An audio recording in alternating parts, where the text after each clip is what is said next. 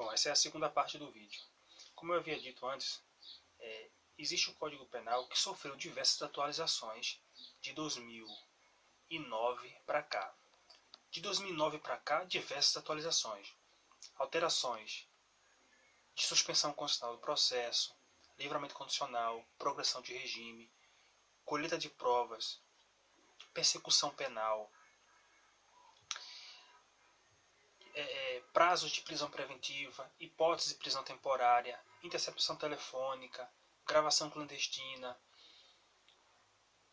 diversas hipóteses de crime continuado, crime permanente. A jurisprudência veio de 2009 para cá fazendo várias mudanças. Até que em 2014 para cá, essas jurisprudências vêm se consolidando e virando lei. E aí, de 2015 para cá, houve leis mais jurisprudências que foram incorporando-se mais, ficando mais fixas, ou seja, virando lei, na verdade, virando lei. Como essas mudanças que houve em 2009, 2019, que é o pacote de crime, pacote de corrupção, o abuso de autoridade. Tudo isso não existia antes, claro que existia. O que acontece? A jurisprudência, ela vem tentando uniformizar decisões. Quando o juiz pega um Código Penal, ele, pelo princípio da legalidade, ele tem que aplicar a lei. Mas o juiz não aplica só a lei. Ele aplica a lei com fundamento na jurisprudência do próprio tribunal que ele faz parte, e ele tem que considerar a jurisprudência dos tribunais superiores. Mas para uma única pessoa ter que administrar todas as atualidades que surgem durante o dia, se bem que não é toda hora, todo instante, em um piscar de olho, que de repente ele tem que, antes de julgar, saber o que decidiu o STJ. Mesmo porque, se o STJ tomar uma decisão, por exemplo, uma pessoa vai presa agora, e ele tem uma decisão na mão, o juiz, de que ele deve pôr aquela pessoa em liberdade porque o STJ decidiu ontem sobre um caso semelhante em que admite a liberdade. O caso não transitou em julgado. O juiz ali naquele caso não é obrigado a julgar se ele, por um acaso, soubesse de uma decisão que poderia beneficiar o réu, porque o processo não transitou em julgado e não faz coisa vinculada. Não faria coisa vinculada.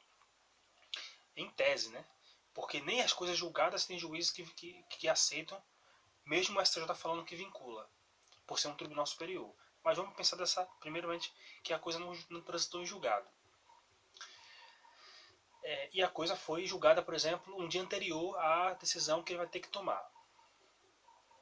Se já é difícil para um magistrado de primeiro grau, imagina uma decisão ter que ser tomada por um delegado de uma cidade que tem a lei, mas ele não estuda jurisprudência, ele não sabe o que o juiz fala, ele não acompanha o que o tribunal está julgando, e ele vai aplicar a lei. Ele está sendo pago para funcionar daquela forma, aplicar a lei. Nada obstante que ele tem o dever de conhecer as decisões dos superiores tribunais e dos desembargadores, dos juízes, para que ele consiga, como administrador e membro do Poder Judiciário, sendo uma autoridade policial, membro do Poder Judiciário, que é a Polícia Civil.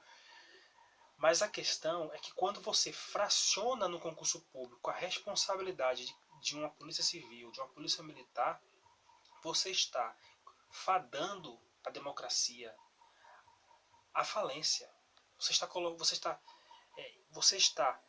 Ou melhor, você vai acabar assistindo a democracia falir. Por quê?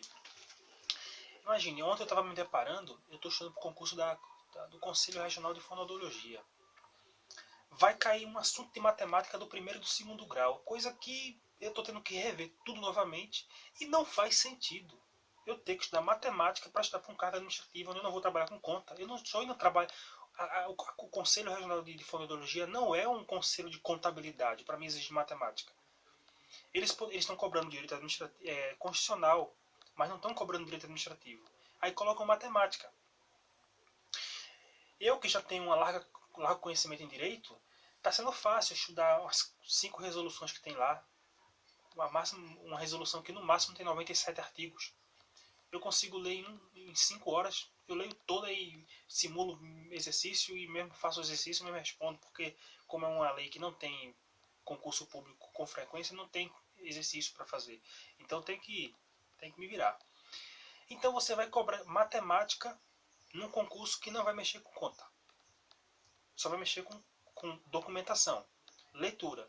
Então era para cobrar mais português, mais direito constitucional, cobrar direito administrativo, cobrar redação oficial, cobrar atualidades, talvez cobrar um pouco de crimes contra a administração da justiça, cobrar crimes contra a fé pública, porque é um cargo para nível médio, para um cargo de assistente administrativo, para um órgão do governo, e não faz o menor sentido ter que submeter um candidato a gastar energia para fazer uma prova onde vai cobrar um assunto que ele não vai usar. É desperdício de tempo. Isso daí, eu ainda diria, segundo a mentalidade do STJ e do STF, isso daí é um desgaste desnecessário, um desgaste do tempo humano. Isso aí não tem nem eficiência, não vai ter eficiência. Está cobrando de uma pessoa uma matéria da qual ele não vai usar, não é exigido, eu jamais vou usar. Então, é como se eu contratasse um funcionário e eu dissesse para ele fazer uma coisa que não vai ter utilidade nenhuma, não vai ter retorno nenhum. Que retorno que vai ter eu cobrar matemática para o sujeito que não vai usar matemática, entendeu? O que acontece para o concurso aí, por exemplo, da Polícia Militar? Cobra geografias, cobra história, cobra tudo bem, atualidades, mas cobrar história? Não, você vai falar, mas ele tem que saber de história. Sim, isso já é presumido que ele sabe. O que já é presumido, não precisa você querer cobrar novamente. Cobra outra coisa. Tira história, bota código penal. Tira geografia, bota jurisprudência, noções de jurisprudência dos tribunais superiores, noções, para ele saber o que pensa os ministros dos tribunais superiores, e aí você vai dizer para ele, ó, lê o Código Penal, você vai ter que ler o Código Penal e responder na própria Código Penal. E vai ter uma parte lá de jurisprudência, noções de jurisprudência, para a gente te perguntar o que é que diz o Código Penal, aí ele vai responder lá tudinho. Aí ele sabe que ele está respondendo, tá na lei, mas aí mais na frente ele vai perguntar o que é que pensa os tribunais superiores. Noções, não é conhecimentos, é noções.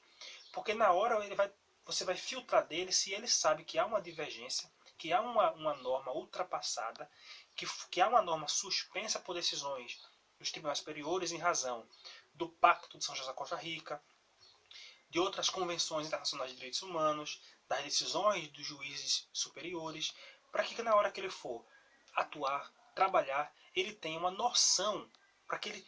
Eu conheço militar e civil que não sabe o que se passa dentro da cabeça de um juiz, o que se passa dentro do fórum, nem ele sabe. Por exemplo, ele leva um preso para uma audiência, o preso pergunta, o que vai acontecer comigo? Não sei, não sei.